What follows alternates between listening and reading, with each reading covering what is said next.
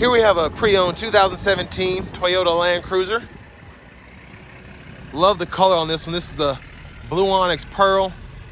And then the interior is gonna be that beautiful Terra perforated leather. Just a nice spec here, I think. And for the powertrain, we get a 5.7 liter naturally aspirated V8, made it to an 8-speed automatic transmission. And that gets us 381 horsepower, 401 pound-feet of torque.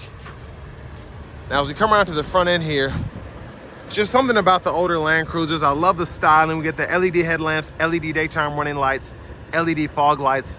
And the daytime running lights, they don't flash like that. That's just how my camera's picking them up, but very, very sophisticated front end here. These were always more of the subtle looking vehicles, but if you knew cars, you knew that this was not cheap to buy. Down here we get 18-inch alloy wheels. Integrated running boards there. Now we get passive keyless entry on all 4 doors here. Love the wood grain. And then that Terra right there. I just love how this door panel was kind of configured. We get one-touch automatic up and down windows on all 4 doors. Rear window lock there. Power door lock controls. Bottle holder. And then we have the JBL Synthesis sound system here. There's a kick plate. Now over here, power mirrors that fold, auto high beams, etc. Gas cap, hood release, power tilt telescoping steering wheel. And there's the power driver's seat. We do get 2-way power lumbar support here. And the leather seems to still be in very good shape, even though this has over 121,000 miles on it. But I have that seat up front adjusted for someone of my size, being 6'3" with longer legs. Before we check out the rear leg room, big thank you to John Roberts Toyota for allowing me to review this Land Cruiser today. I'll leave a link below in the description. And if you're looking to get the best price on one of these in your area, specifically a used one, just make sure that you click that link down below, fill out the info. It takes a minute or two to get the dealers in your area fighting to get you that best price. But let's hop in here. I'm gonna see if I can get this seat to lean back a little bit. There we go. And this does, right off the bat, feel a bit roomier in the back compared to the newer Land Cruiser, which is not surprising, but still something I noticed. Seat back pockets on both sides. Now I do love this wood grain here, and then we can adjust fan speed, direction, even the 2-stage heated outboard seats from back here. And this does have the integrated media system back here. So 12 volt there, an HDMI port there, volume controls, headphones, and all of that. So pretty interesting. Now, I don't know how you get this thing to come on, but I'm sure there's a way to do it with this being the factory system.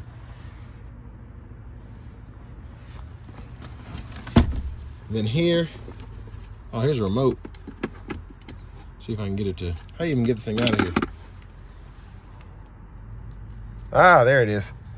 So this is pretty neat. I didn't know these even had these, but there's a remote there. We can go through if we want to hear radio, Bluetooth, use a disk drive, aux, audio, video cables, or the rear HDMI there. So that is pretty neat. But that's how you control that. And there's a nice place for it right in there. Let's see if I can get these cup holders to come out. There are those.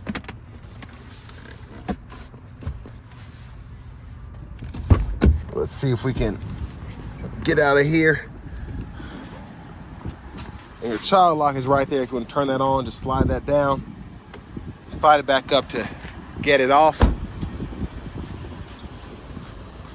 And sorry I'm moving so slowly. I sprained my ankle, as I've said in several videos before this, but like the back end there, and that's just the signature Land Cruiser look. It looks so massive from back here. But if you look underneath the vehicle, everything's set up just like in the new Land Cruiser. Spare tires there, exhaust is there.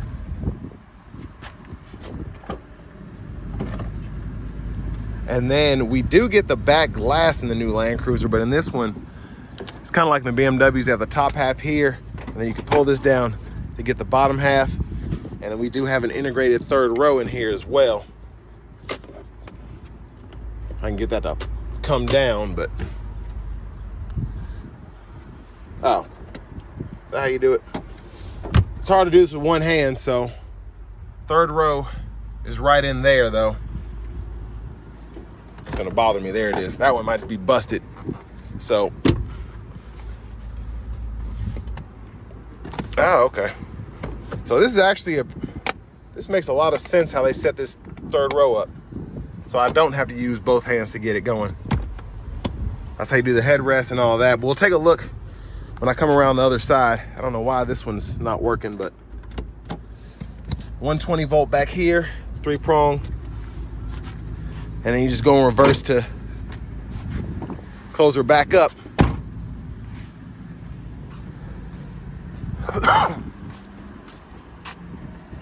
There's a gas cap there. Now rear passenger side, pull up here, just watch that screen. You can tumble, and there is the top tether there. And there is a look at that third row. And you do get bottle holders back there as well. And then you can fold this back up and you can recline it all the way back there. So that's pretty impressive.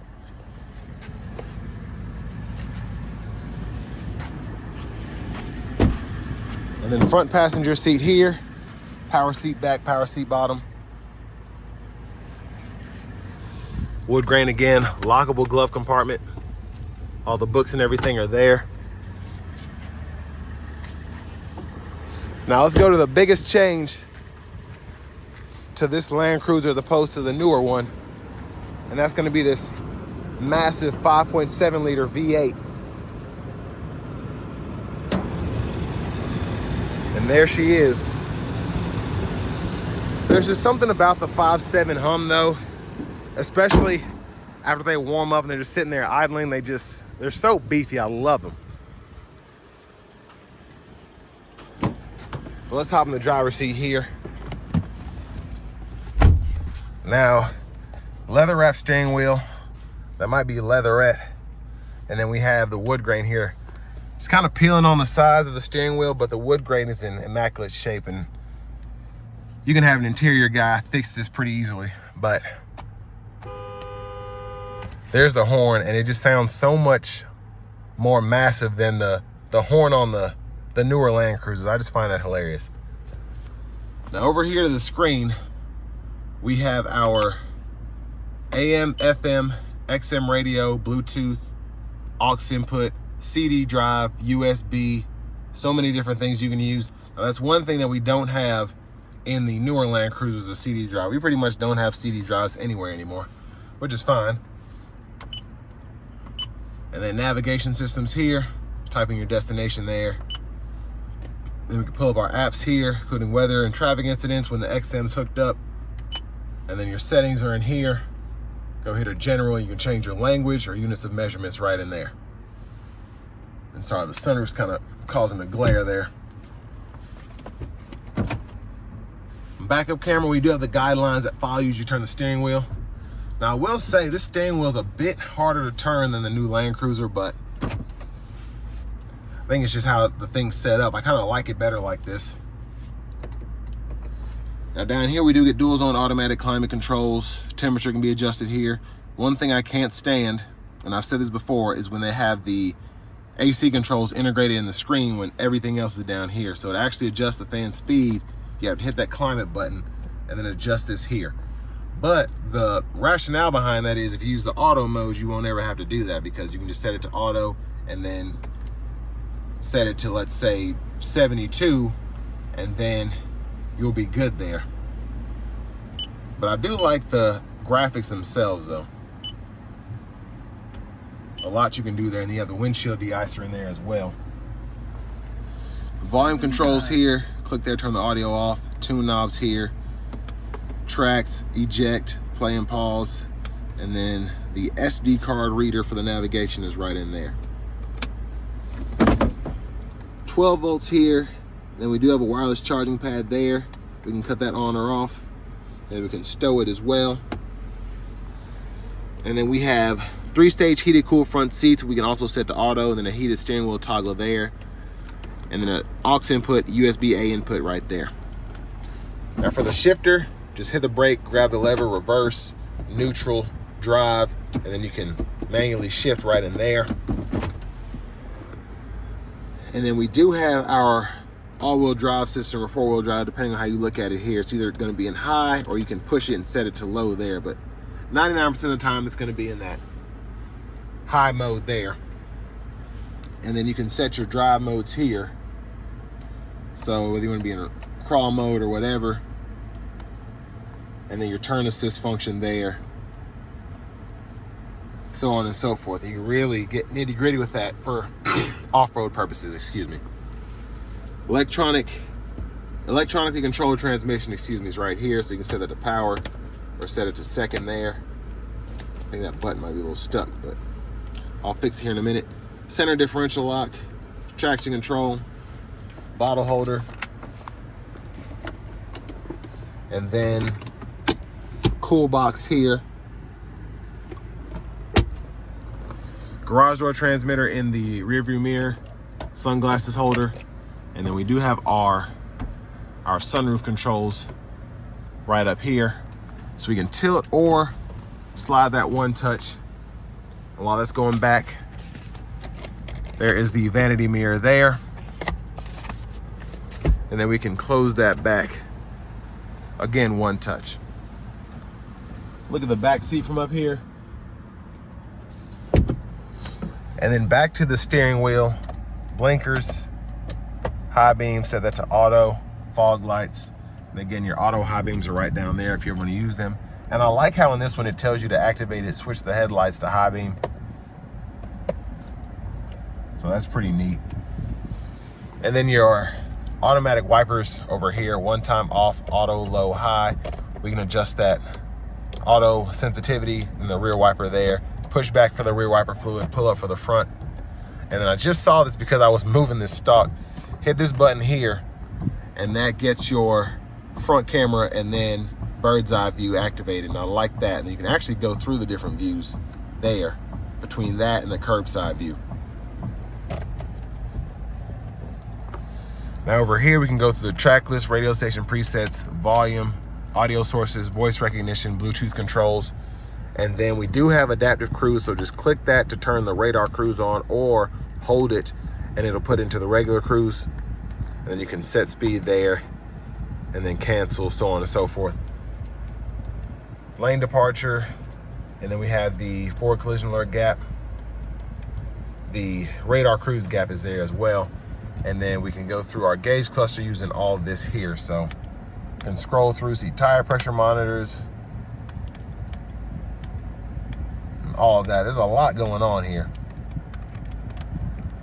And then I can kind of go back to the home page there, and then a back button here. Now that's how you turn on the pre-collision alert system, or that's actually how you toggle the gap adjust for that, excuse me. So this is just for the radar cruise. So I learned something today. And then this is for the actual collision system, and it'll show you what the gap is there.